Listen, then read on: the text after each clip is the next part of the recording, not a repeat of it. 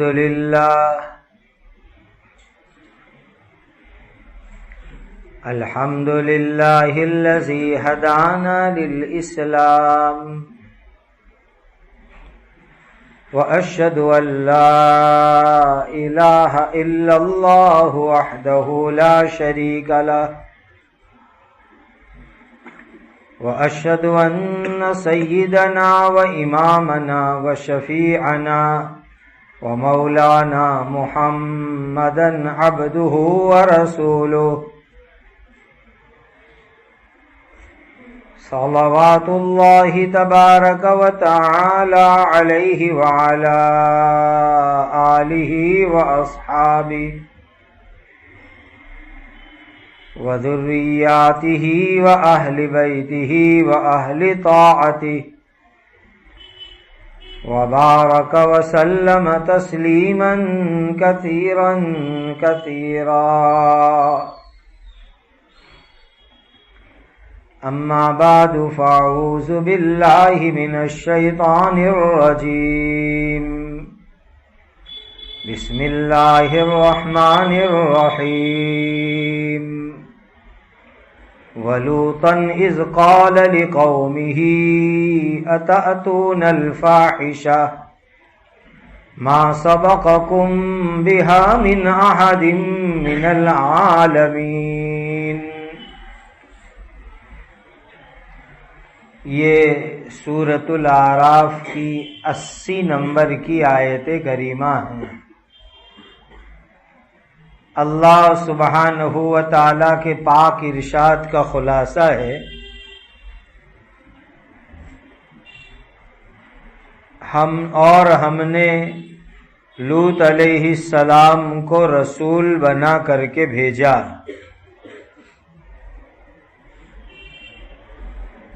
جب اس لوط علیہ السلام نے اپنی قوم سے کہا کیا تم ایسی بے حیائی کا کام کرتے ہو جو تم سے پہلے تمام عالم والوں میں سے کسی نے نہیں کیا؟ انکم لتأتون الرجال شہوة من دون النساء بل انتم قوم مسرفون. یقیناً تم عورتوں کو چھوڑ کر مردوں کے پاس شہوت پوری کرنے کے لیے آتے ہو، بلکہ تم تو حد سے آگے نکل چکے ہو. وما كان جواب قومه إلا أن قالوا أخرجوهم من قريتكم إنهم أناس يتطهرون. اور اس کی قوم کے پاس سوائے اس کے کوئی جواب نہیں تھا کہ وہ آپس میں یوں کہنے لگے کہ تم ان لوگوں کو اپنی بستی سے نکال دو، یقیناً یہ لوگ تو بہت ہی پاک رہنا چاہتے ہیں. فَأَنْجَيْنَاهُ وَأَهْلَهُ إِلَّا امْرَأَتَهُ كَانَتْ مِنَ الْغَابِرِينَ.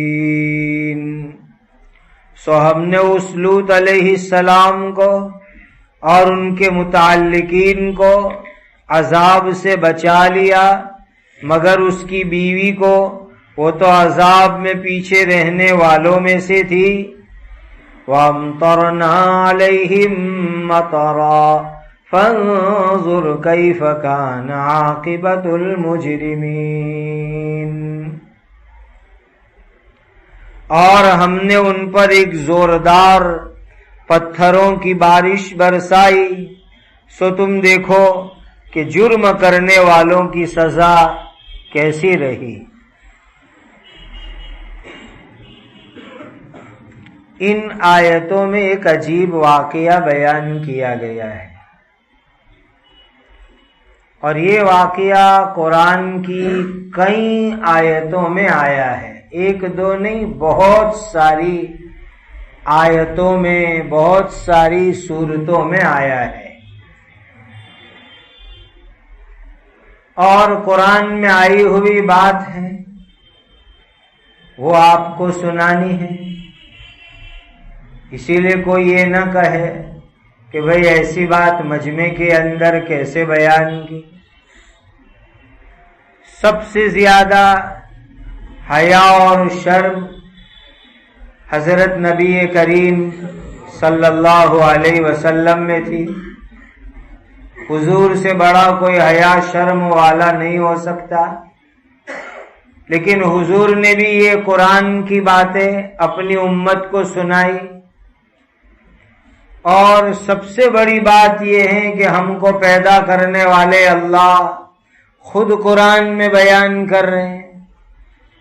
تو پھر اس بات کو بیان کرنے کے اندر کسی طرح کا ذہن کے اندر کوئی سوال نہیں آنا چاہیے، ورنہ یہ سوال اللہ پر لوٹتا ہے.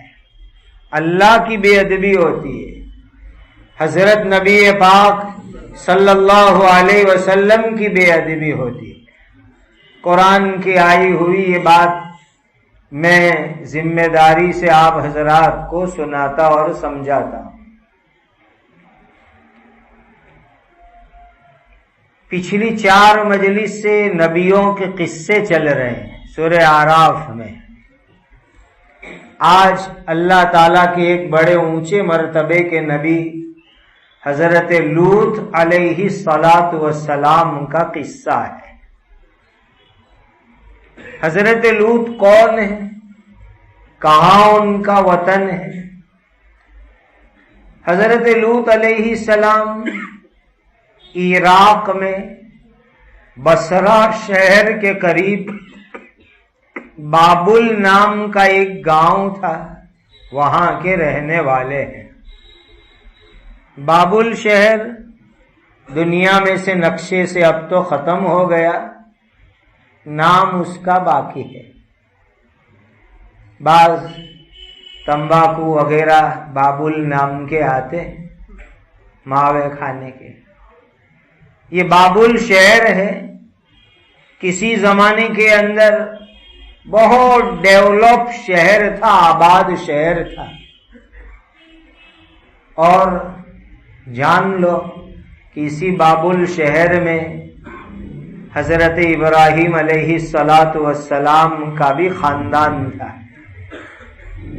حضرت نبی کریم صلی اللہ علیہ وسلم کے بڑے دادا حضرت ابراہیم علیہ السلام سینکڑوں نبیوں کے باپ وہ اسی بابل شہر میں رہتے تھے. حضرت ابراہیم علیہ السلام نے بابل شہر والوں کو ایمان کی دعوت دی، لیکن صرف 2 انسان ایمان لائے.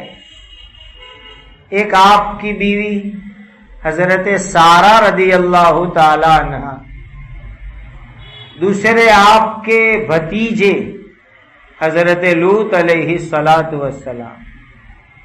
بس 2 کے علاوہ کوئی تیسرا ایمان نہیں لایا. اور پھر وہ آگ میں ڈالنے والا قصہ ہوا.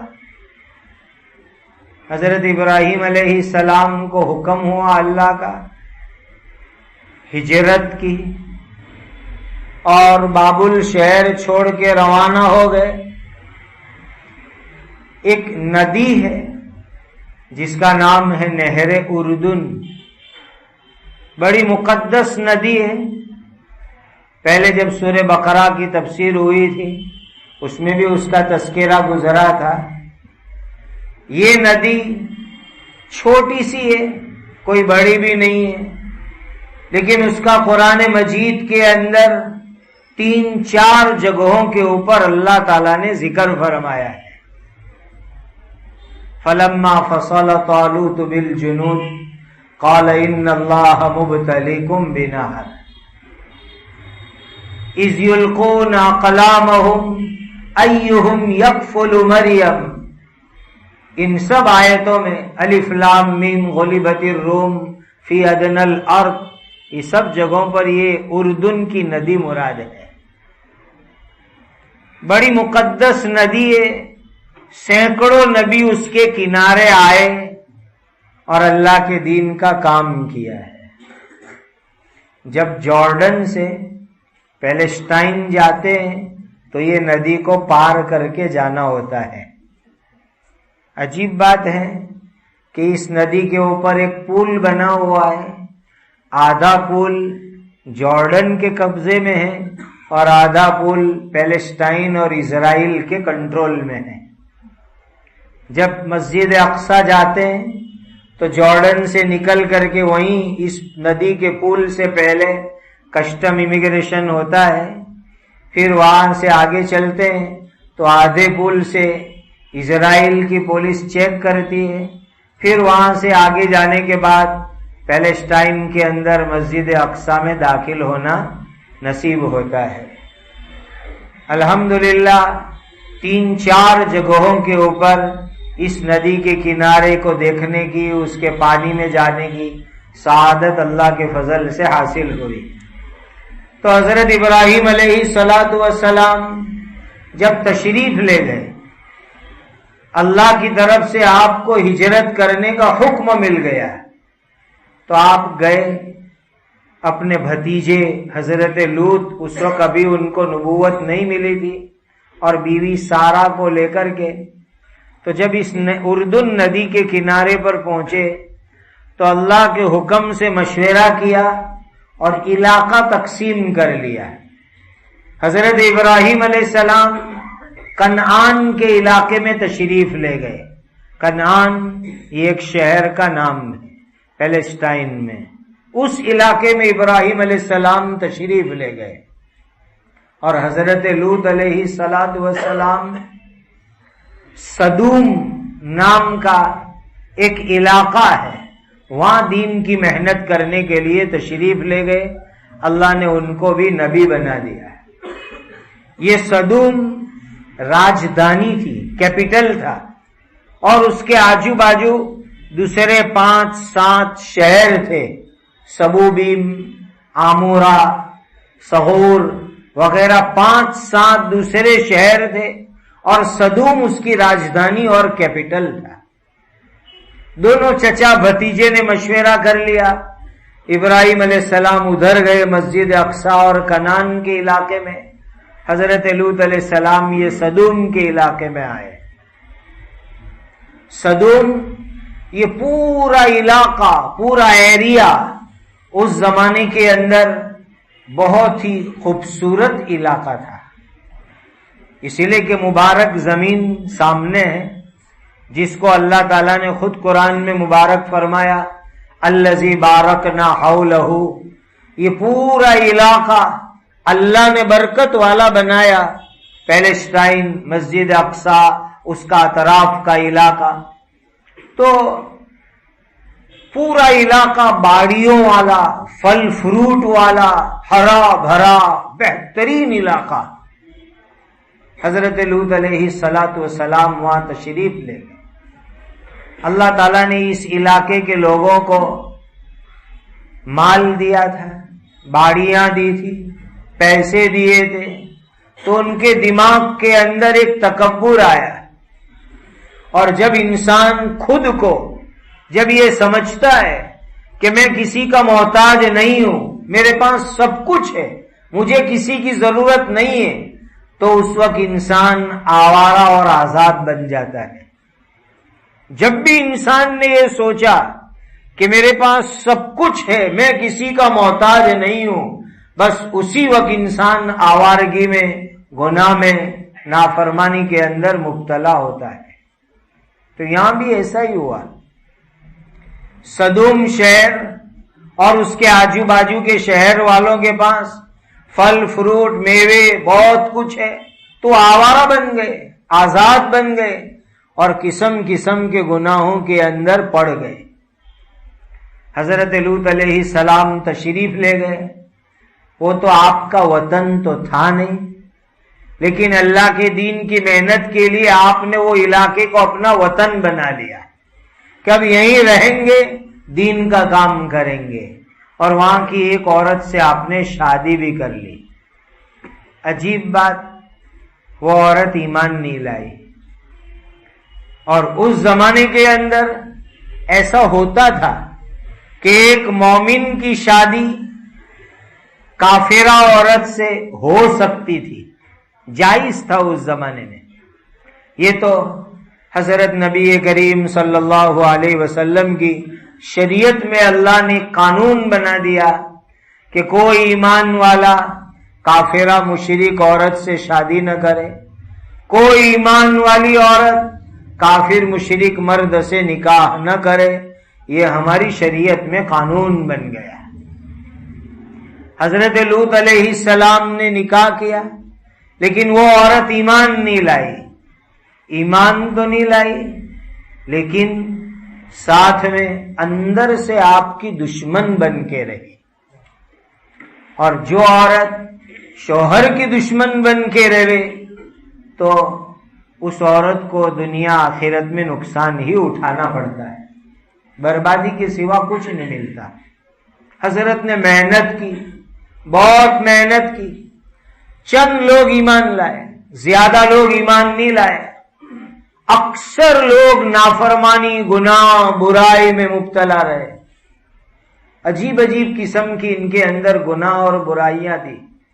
اس میں سے ایک خطرناک گناہ ان کے اندر یہ تھا کہ مرد کے ساتھ غلط کام کرتے تھے، جس کو ہوموسیکس کہا جاتا ہے.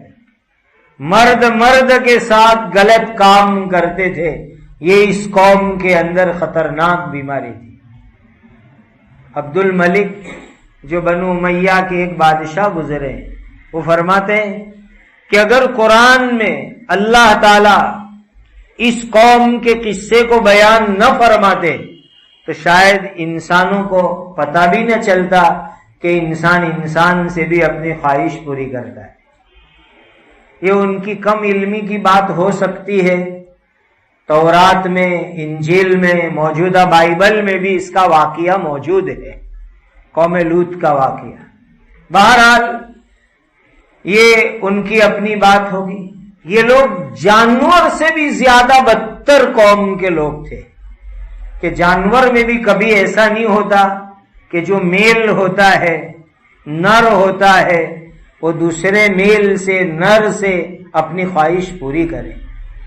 اللہ تعالیٰ نے خواہش پوری کرنے کے لیے مرد کے لیے عورت، عورت کے لیے مرد کو بنایا کہ نکاح کرو، شادی کرو، اپنی ضرورت کو پوری کرو. لیکن اس قوم کے لوگ اتنے بدتر تھے، اتنے بگڑے ہوئے، اتنے سڑے ہوئے کہ اپنی عورتوں سے خواہش پوری نہیں کرتے تھے. بہت کم، زیادہ مرد سے خواہش پوری کرتے تھے. خاص طور پر جو لڑکے ایسے ہو جن کے چہرے پر ابھی داڑھی اگی ہوئی نہ ہو اور جو خوبصورت ہو، ایسے لڑکوں کے ساتھ یہ لوگ غلط کام کیا کرتے تھے. یہ اس قوم کے لوگوں کی خطرناک بری عادت تھی. اس وقت بھی دنیا کے اندر یہ برائی پھر عام ہو رہی ہے. باقاعدہ بہت سی حکومتوں نے، دنیا کے بہت سے ملک ایسے ہیں کہ وہاں اس چیز کو انہوں نے اپنے ملک کے قانون میں صحیح بتلایا. ان ملکوں کے اندر تو اس ٹاپک کے اوپر برائی کے انداز میں بیان بھی نہیں کر سکتے، ورنہ قانونی کیس بن جاتا ہے. ایسے حالات ہیں بعض جگہوں کے اوپر. اور بعض جگہوں میں پورے علاقے اس وقت ایسے کام کرنے والوں کے ہیں کہ وہاں وہ لوگ رہتے ہیں، اسی قسم کے مرد رہتے ہیں. اور اپنے یہاں بھی بعض ٹورسٹ پیلس ایسے ہیں، گھومنے پھرنے کی جگہ، کہ وہاں لوگ اس طرح کے گندے کام کرنے کے لیے جاتے آتے ہیں. انڈیا ٹوڈے جو میگزین آتا ہے اس میں پہلا پیج ڈسکوری کا ہوتا ہے. اس کے پیج کے اندر خود میں نے پڑھی ہے یہ بات کہ انڈیا کے فلاں پیلس کے اوپر اس طرح کے گندے کام کیے جاتے ہیں اور لوگ باقاعدہ وہاں آتے ہیں. خیر، تو اس قوم کے اندر یہ گندی عادت تھی کہ مرد سے وہ اپنی خواہش اور ضرورت کو پورا کرتے تھے. اللہ کے نبی حضرت لوط علیہ السلام ان کو سمجھا رہے ہیں، بھائی یہ حرام کام مت کرو، یہ گندا کام مت کرو، یہ بری حرکت مت کرو، ورنہ اللہ تعالیٰ کا عذاب تمہارے اوپر آئے گا.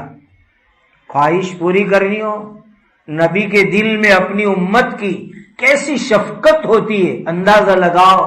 قرآن کی ایک آیت کے اندر ہے کہ حضرت لوط علیہ السلام نے اپنی قوم کو یوں کہا، میری 2 بیٹیاں ہیں، دونوں کنواری ہے، اگر تم کو خواہش پوری کرنی ہو لو میری بیٹی سے شادی کرو اور شادی کر کے تم ان سے اپنی خواہش پوری کرو، لیکن مرد مرد سے آپس میں یہ گندے کام مت کرو۔ نبی کے دل میں کیا جذبہ ہوگا اندازہ لگاؤ، اپنی بیٹی سامنے سے آفر کر کے پیش کر رہے کہ لو میری بیٹیوں کو ان سے نکاح کرو اور نکاح کر کے خواہش پوری کرو، لیکن اس طرح مرد مرد کے ساتھ گندے کام میں نہ پڑو۔ آپ نے لوگوں کو سمجھایا، لوگ ماننے تیار نہیں ہوئے، ہرگز نہیں مانتے۔ کیا کہنے لگے؟ یہ لوط اور ان کے ساتھی لوگ بہت پاک لوگ ہیں، بہت صاف ستھرے بننا چاہتے ہیں، ان کو نکالو اپنی بستی سے، اپنے شہر سے نکالو، بھگاؤ ان لوگوں کو۔ یہ تو ہمارا ایریا ایسا ہے کہ یہاں ایسے ہی گندے لوگ رہیں گے، یہاں اچھے لوگوں کا کوئی کام نہیں ہے، نکالو ان کو۔ آج بھی ایسی مینٹالٹی، ایسی وچار دھارا، سوچ مسلمانوں کے اندر بھی ہو رہی ہے کہ کوئی مسلمان اچھی بات کرے، نیکی کی بات کرے تو لوگ کہتے ہیں کہ یہ شریعت اور مسئلہ اور نیکی کی بات کرنے والوں کو ہٹاؤ یہاں سے، ہم اپنی مرضی سے جو کرنا ہو کریں گے، دنیا کے طریقے سے جو کرنا ہو کریں گے، آزادی سے جو کرنا ہو کریں گے، یہ دین شریعت مسئلہ بتلانے والوں کو ہٹاؤ یہاں سے۔ آج بھی دنیا میں مسلمان بھی ایسی باتیں بول رہے ہیں۔ ان لوگوں کو اپنے ایمان کی فکر کرنی چاہیے۔ جو اس طرح کی بات کہے کہ دین شریعت مسئلہ مت بتاؤ، ہم تو ہماری مرضی سے دنیا کے طریقے سے جئیں گے، ان کا ایمان خطرے پر ہے، ان کو ایمان بھی تازہ کرنے کی ضرورت ہے، اور بہتر یہ ہے کہ وہ نکاح بھی دوبارہ پڑھ لے۔ اس طرح کی باتیں بولنے سے ایمان خطرے میں، نکاح خطرے میں، اور ان لوگوں کی ایمانی زندگی برباد ہو جاتی ہے۔ تو اس قوم کے لوگوں نے اللہ کے نبی حضرت لوط علیہ السلام کے سامنے ایسی بات کی کہ لوط اور ان کے ساتھی بہت پاک صاف رہنا چاہتے، ان کو بھگاؤ ہماری بستی سے۔ کتنی خطرناک گھناؤنی بات کی۔ اللہ تعالیٰ نے حضرت جبرائیل امین کو بھیجا، حضرت میکائیل کو بھیجا، دونوں فرشتوں کو بھیجا۔ یہ دونوں فرشتے پہلے کنعان گئے حضرت ابراہیم علیہ السلام کے گھر۔ ابراہیم علیہ السلام بہت مہمان نواز تھے، مہمان کے بغیر کھاتے نہیں تھے۔ 2 مہمان آئے، پہچان نہیں سکے حضرت ابراہیم علیہ السلام بھی کہ یہ دونوں اللہ کے فرشتے انسان کی شکل میں آ رہے۔ آپ تو بڑے مہمان نواز تھے، تو جیسے یہ دونوں مہمان پہنچے جلدی سے گھر میں گئے اور ایک تلا ہوا بچڑا لائے، پورا تلا ہوا بھنا ہوا، اور لا کر کے مہمان کے سامنے رکھ دیا۔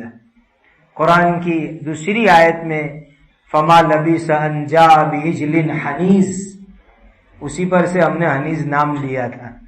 تو تلا ہوا بھنا ہوا ایک بچڑا لے کر کے جو ابراہیم علیہ السلام آ گئے۔ اب یہ تو دونوں فرشتے ہیں، فرشتے کھاتے نہیں، انسانی شکل میں ہو پھر بھی نہیں کھاتے۔ تو دیکھا کہ یہ تو کھانا نہیں کھا رہے، تو حضرت ابراہیم علیہ السلام ڈر گئے کہ بھائی اس زمانے میں رواج یہ تھا کہ کوئی کسی کا مرڈر کرنے جاوے، قتل کرنے جاوے، زخم پہنچانے جاوے تو اس گھر کا وہ پانی بھی نہیں پیتے تھے۔ کا پانی پی لیا تو اب نمک حلالی کا تقاضا یہ ہے کہ اس کو مارنا بھی نہیں، اس کو زخم بھی نہیں پہنچانا۔ تو جو کسی کو مارنے جاوے تو اس کے گھر میں وہ پانی تک نہیں پیتے تھے۔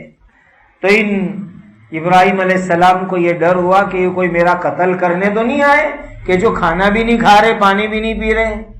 تو حضرت ابراہیم علیہ السلام نے کہا بھائی کھاؤ۔ کہنے لگے کہ ہم تو اللہ کے بھیجے ہوئے فرشتے ہیں، میں جبرائیل ہوں، یہ میکائیل ہے۔ اچھا کیوں آئے؟ کہا آپ کے یہاں بڑھاپے میں اللہ اولاد دینا چاہتے ہیں، آپ کی اس عمر میں خدا آپ کو بیٹا دیں گے، اس کا نام اسحاق رکھنا۔ خوشخبری دی، لیکن ان کے ہاؤ بھاؤ، ان کے چہرے کے نشانات دیکھ کر ابراہیم علیہ السلام سمجھ گئے کہ یہ کوئی بڑا کام لے کے آئے۔ پوچھا کہ تم کہاں جا رہے ہو، سچی پوری بات بتاؤ، ایسی ادھوری بات نہیں۔ تو دونوں فرشتے کہنے لگے کہ ہم وہاں سامنے سدوم کے علاقے میں عذاب لے کر کے جا رہے ہیں، ہم عذاب لے کر کے آئے ہیں۔ حضرت ابراہیم علیہ السلام کو فوراً اپنے بھتیجے کی فکر ہوئی کہ ارے ان فیہا لوطا، وہاں تو میرے بھتیجے لوط رہتے ہیں، اللہ کے نبی، اگر تم عذاب ڈالو گے تو میرے بھتیجے کا کیا ہوگا؟ تو انہوں نے کہا گھبراؤ مت، ہم کو معلوم ہے آپ کے بھتیجے اللہ کے نبی حضرت لوط وہاں رہتے، ہم جانتے ہیں، ہم ان کو بچائیں گے، ان کا کوئی نقصان نہیں کریں گے۔ چنانچہ یہ فرشتے دونوں کے بیچ میں تقریباً 45-50 کلومیٹر کا فاصلہ ہے، یہاں سے نکل کر کے سیدھے سدوم کے علاقے میں گئے۔ جیسے ہی دونوں فرشتے اس شہر کے قریب پہنچے تو دونوں نے اپنی شکل کیسی بنا لی؟ دو خوبصورت نوجوان لڑکوں کی شکل بنا لی، جس کے چہرے پر داڑھی نہ ہوئے، ایک دم کھلتے ٹین ایجرز ہوئے، ایسی انہوں نے اپنی شکل صورت بنا لی اور سیدھے حضرت لوط علیہ السلام کے گھر پہنچ گئے مہمان بن کر کے۔ اب ان کی بیوی دشمن تھی، جاسوسا تھی، اس نے فوراً اطلاع کر دی پبلک کو۔ اس بیوی نے، عجیب منافقہ تھی وہ، اس نے لوگوں کو یوں کہا تھا کہ اگر دن میں ہمارے گھر میں کوئی چھوکرے مہمان آوے تو ہم آگ جلا کے دھواں نکالیں گے، یعنی اس طرح آگ جلائیں گے کہ آگ نہیں جلے، دھواں نکلے، تو تم کو دھواں دیکھ کے سمجھ جانے گا کہ یہاں کوئی مہمان خوبصورت لڑکے آئے ہیں تو ہم فوراً غلط کام کرنے آ جائیں گے، اور رات ہوگی تو میں آگ جلاؤں گی بغیر دھواں نکلے ہوئے لال لال، تو آگ کی روشنی دیکھ کر تم کو سمجھ جانے کا اور آ جانے کا۔ یہ اس منافقہ عورت نے نشانی بنا رکھی تھی۔ چنانچہ جیسے یہ دونوں لڑکے کی شکل میں فرشتے پہنچے تو اس نے پوری قوم کو خبر کر دی کہ ہمارے یہاں دو خوبصورت لڑکے آئے۔ چنانچہ پوری قوم کے لوگ دوڑے، چلو لوط کے گھر چلو، آج ہم کو وہاں گندا کام کرنے کا مزہ آئے گا۔ سب دوڑ کے آئے۔ حضرت لوط علیہ السلام نے مکان کا دروازہ اندر سے بند کر دیا۔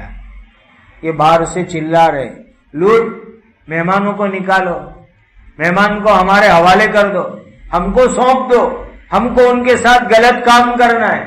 حضرت لوط علیہ السلام سمجھا رہے ہیں، بھائی مہمان کے ساتھ تم گندا کام کرو گے تو میری رسوائی ہوگی، میری بدنامی ہوگی کہ میں اپنے مہمان کو بچا بھی نہیں سکا۔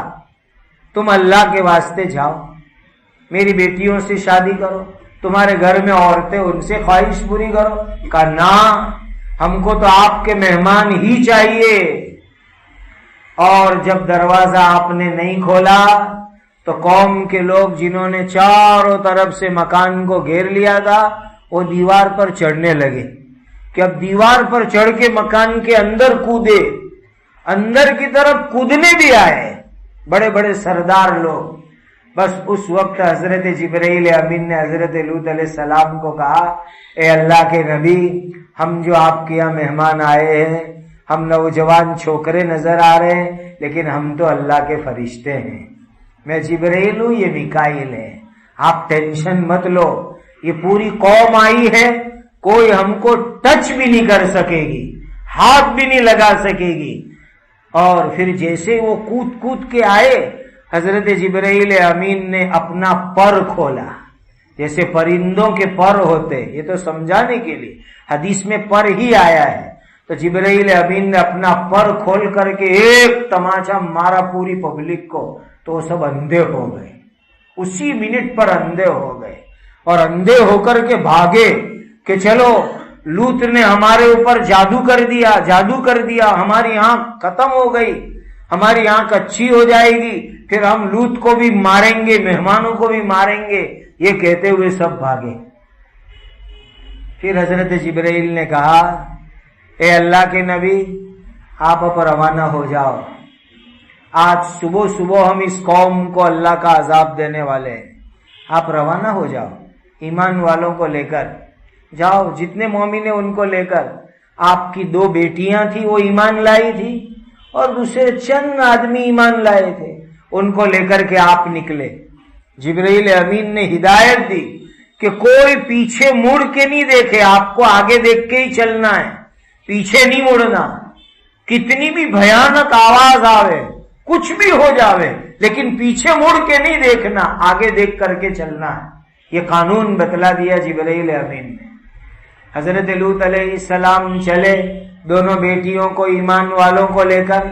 بعض روایتوں سے پتہ چلتا ہے کہ آپ کی بیوی آئی ہی نہیں، اس نے کہا جاؤ میں تو قوم کے ساتھ رہوں گی، اور بعض روایت میں کہ آئی، چلی، تھوڑے دور تک چلی، اور جیسے ہی اس قوم پر جبرائیل امین نے عذاب دینا شروع کیا اور عذاب کے دھماکے شروع ہوئے، تو پیچھے مڑ کے دیکھنے گئی تو ایک پتھر اس کو بھی آ کے لگا اور وہ وہیں مر کے ختم کر دی گئی۔ اسی لیے جب وہاں جاتے ہیں اس بستی کے علاقے میں، تو آپ کی بیوی کی لاش باہر کی طرف آتی ہے، بستی آگے ہے، اور ایک جگہ کے اوپر ایک عورت کا مجسمہ، پتلا بنایا گیا ہے۔ تو ہم نے وہاں گائیڈ کو پوچھا تھا کہ یہ پتلا کس کا ہے، تو اس نے کہا کہ حضرت لوط علیہ السلام کی بیوی کا پتلا ہے، راستے میں ہے، بستی سے کچھ پہلے۔ معلوم ہوا کہ کچھ دیر تک وہ ساتھ چلی تھی، اور پھر اس نے عذاب جب شروع ہوا تو پیچھے مڑ کے دیکھا۔ عذاب کیا آیا؟ رات کے آخری حصے میں صبح صادق کے وقت حضرت جبرائیل امین تشریف لائے اور ایک زوردار چیخ کی آواز لگائی، بھیانک آواز لگائی، جس سے پوری قوم کے لوگ ڈر گئے، گھبرا گئے۔ اور اس کے بعد حضرت جبرائیل امین نے یہ 5-7 شہروں کو نیچے سے اٹھایا، نیچے سے، جیسے کہ JCB لگاوے اور نیچے سے مٹی ہم اٹھاتے ہیں۔ حضرت جبرائیل امین نے یہ 5-7 شہر کو پورا نیچے سے اٹھایا، اور جبرائیل کی طاقت تو خود خدا نے بیان فرمائی۔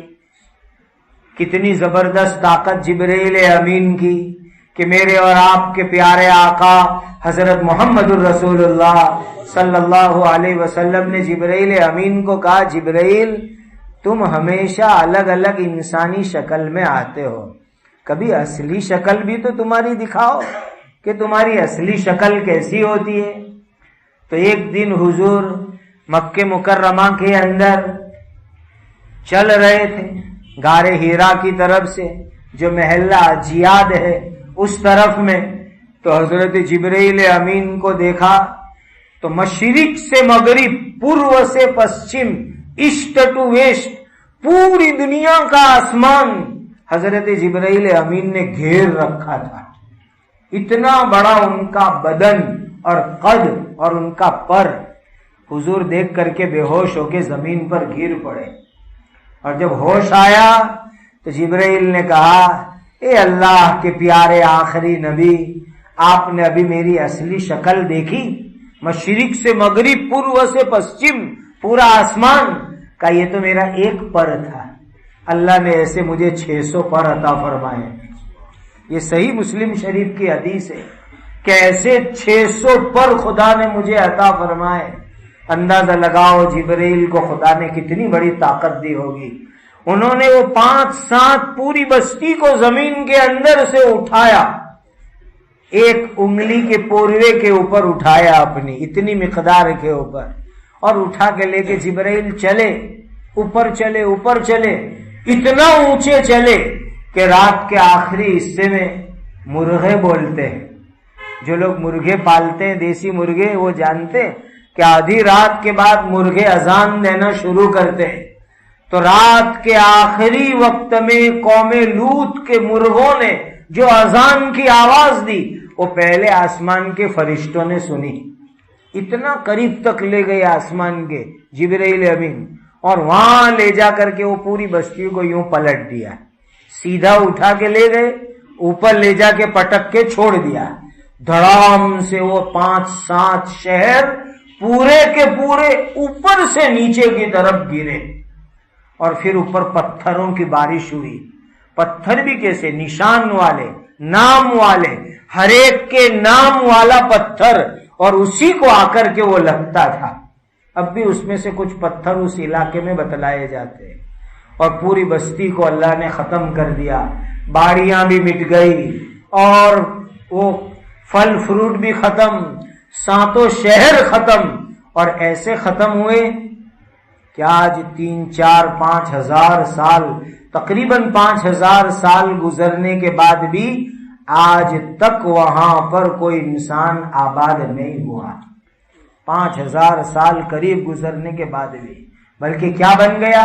ایک کالے رنگ کے پانی والا ایک دریا بن گیا، جس میں کالے رنگ کا پانی ہے، اور جیسے ہمارے یہاں شہد ہوتا ہے، مد، یا ایک شکر کا جاڑا شیرہ بناوے، ایسا گھاڑا گھاڑا اس کا کالا پانی ہے، بدبو والا، تم اندر کودو تو بھی نہ ڈوبو، اس لیے کہ پانی زیادہ گھاڑا اور انسان کا وزن کم، اس میں کوئی ڈوبتا نہیں ہے، اور اس میں مچھلی بھی نہیں رہتی، مینڈک بھی نہیں رہتے، کوئی جانور زندہ نہیں رہتا۔ آج تک وہ دریا جیسے کہ ویسا اللہ نے عبرت کے طور پر دنیا میں باقی رکھا ہے، تاکہ عبرت ہوئے کہ جو لوگ ایسے گندے کام کرتے ہیں، ایسے لوگوں کو اللہ کیسی خطرناک سزا دیتے ہیں۔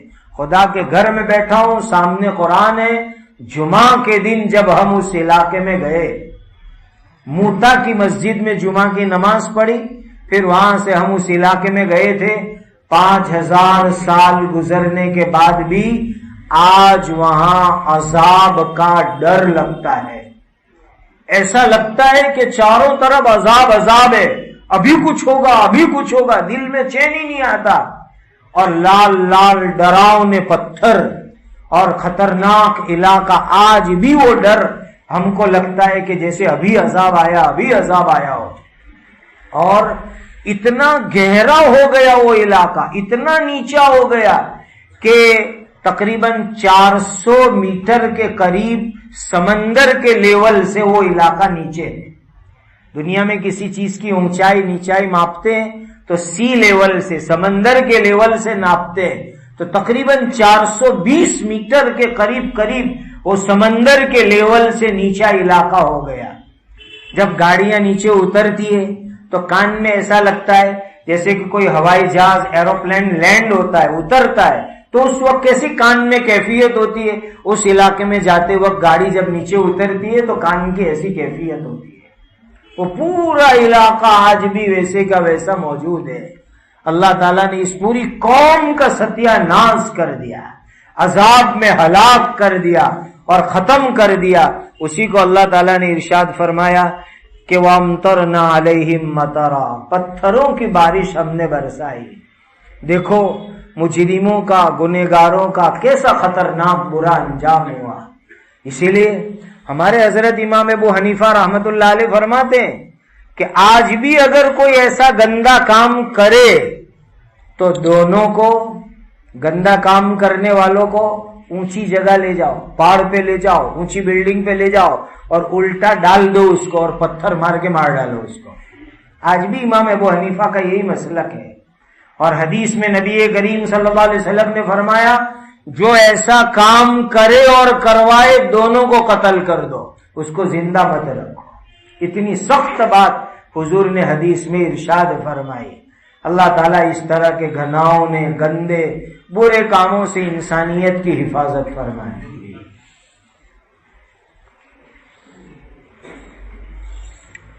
بھئی وہ مہینے کی جو مجلس ہوتی ہے مسجد علی میں، وہ انشاءاللہ اس بدھ کو ہوگی مسجد علی کے اندر۔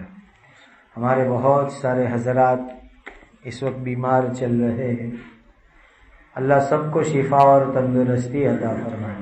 ہمارے بڑے محسن، بڑے مخلص، بلکہ یوں کہو کہ بہت سے مدرسوں اور علماء کے محسن قاری یعقوب صاحب مملہ، جو پہلے دبئی کی گریر مسجد میں برسوں برس تک امام رہے، بڑے سخت بیمار چل رہے ہیں، اللہ ان کو بھی شفائے کاملہ عاجلہ دائمہ مستمرہ عطا فرمائے، اور بھی قریبی رشتہ داروں کے اندر یہاں بیمار ہے، کوئی ہاسپٹل میں یہیں پر، اللہ تمام بیماروں کو شفائے کاملہ عاجلہ دائمہ مستمرہ عطا فرمائے۔ درود شریف پڑھ لو۔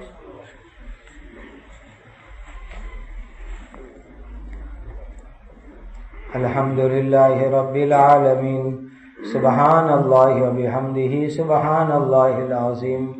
اللہم صل علی سیدنا محمد وعلی آل سیدنا محمد صلاۃ تنجینا بها من جمیع الاحوال والآفات وتقضی لنا بها جمیع الحاجات وتطہرنا بها من جمیع السیئات وترفعنا بها عندك أعلى الدرجات وتبلغنا بها أقصى الغايات من جميع الخيرات في الحياة وبعد الممات إنك على كل شيء قدير۔ ربنا آتنا في الدنيا حسنة وفي الآخرة حسنة وقنا عذاب النار۔ ربنا هب لنا من أزواجنا وذرياتنا قرة أعين واجعلنا للمتقين إماما۔ ربنا ظلمنا أنفسنا وإن لم تغفر لنا وترحمنا لنكونن من الخاسرين یا ذا الجلال والإکرام۔ اے اللہ ہمارے گناہوں کو معاف فرما، ہر طرح کے گناہوں سے، حرام سے اللہ آپ اپنے فضل سے ہماری حفاظت فرما، نفس اور شیطان کی شرارتوں سے حفاظت فرما، زندگی کا ہر کام حضرت نبی کریم صلی اللہ علیہ وسلم کی سنت کے مطابق کرنے والا ہمیں بنا دیجیے، تمام بیماروں کو شفائے کاملہ عطا فرماؤ، تمام بیماروں کو صحت تندرستی عطا فرماؤ، جو دنیا سے جا چکے ان کی مغفرت فرماؤ، ہر طرح اہل امن و امان، عدل و انصاف کا بول بالا فرماؤ، ہمارے ملک میں جتنے مذہب اور جتنی قوم کے لوگ رہتے ہیں ان میں آپس میں رواداری عطا فرماؤ، آپسی جھگڑوں سے حفاظت فرماؤ، اے اللہ فتنے فساد سے حفاظت فرماؤ، اس ملک میں اسلام اور مسلمانوں کی صبح قیامت تک حفاظت فرماؤ، مساجد کی، مدارس کی، مکاتب کی، خانقاہوں کی، جماعتوں کی، مراکز کی، دین کے کاموں کی، کام کرنے والوں کی ہر طرف سے حفاظت فرماؤ، اجڑوں ہوں کو آباد فرماؤ، بے گھروں کو گھر عطا فرماؤ، بے سہاروں کو سہارا عطا فرماؤ، تمام انسان اور جناتوں کو ایمان عطا فرما دیجیے، انسانیت پر رحم فرما دیجیے، حرمین الشریفین کی حفاظت فرماؤ، اے اللہ قرب قیامت کے فتنوں سے امت کی حفاظت فرما لیجیے، ہماری عمر میں، علم میں، عزت میں، تقوی میں برکت عطا فرماؤ، حضرت نبی کریم صلی اللہ علیہ وسلم نے جتنی خیر مانگی ہمیں اور پوری امت کو عطا فرماؤ، حضرت نبی کریم صلی اللہ علیہ وسلم نے جن شرور سے پناہ چاہی ہماری اور پوری امت کی حفاظت فرماؤ، ہمیں زندگی میں بار بار مکہ مدینہ کی حاضری عطا فرماؤ، وصلی اللہ وسلم علی سیدنا مولانا محمد وعلی آلہ واصحابہ اجمعین، آمین آمین آمین۔ سبحان ربک رب العزت عما یصفون وسلام علی المرسلین والحمد للہ رب العالمین۔